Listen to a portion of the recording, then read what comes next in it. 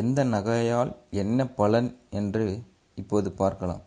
அதில் அடுத்ததாக வரவுள்ளது வளையல். வளையல் என்பது பாரம்பரிய அணிகலன்களாகும்.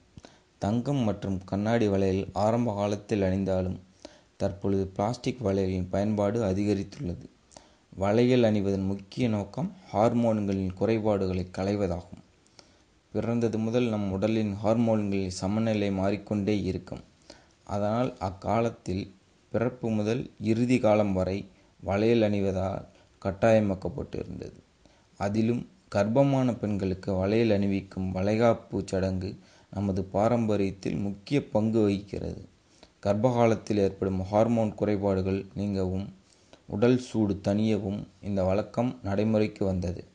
மேலும் நோய் எதிர்ப்பு சக்தியை வலுவாக்கும் பணியையும் வளையல்கள் செய்கின்றன. வளையல் அணிவதால் சுவாசப்பாதை அலர்ஜி, ஆஸ்துமா போன்றவை குறையும். நன்றாக தூக்கம் வரும். மணிக்கட்டில் இருந்து முழங்காய்க்கு மேல் வரை நெருக்கமாக வளையல்களை அணிவதால் மார்பு பகுதியின் இரத்த ஓட்டத்தை சீராக வைத்திருக்க இது மிகவும் உதவி செய்கிறது.